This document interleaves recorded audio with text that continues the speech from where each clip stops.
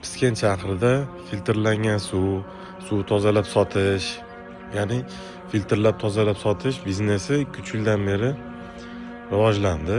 Men ham o'zim ham borib olganman nechtasidan. Yana bir ikkitasi bor, uyingizga kelib suv quyib berib ketadi kerak bo'lsa-da. Va raqobat kuchaygandan keyin odamlar suvni reklama qilishni boshladi. Ko'chalarga reklama ilishi boshladi. O'shalardan bittasi stalbaga, har bitta stalbaga reklama yopishtirib chiqqan.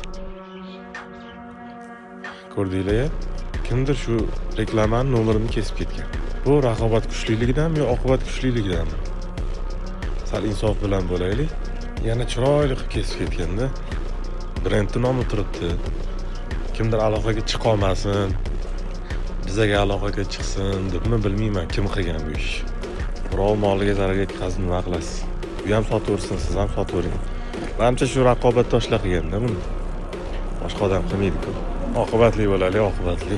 Rahmat hammaga.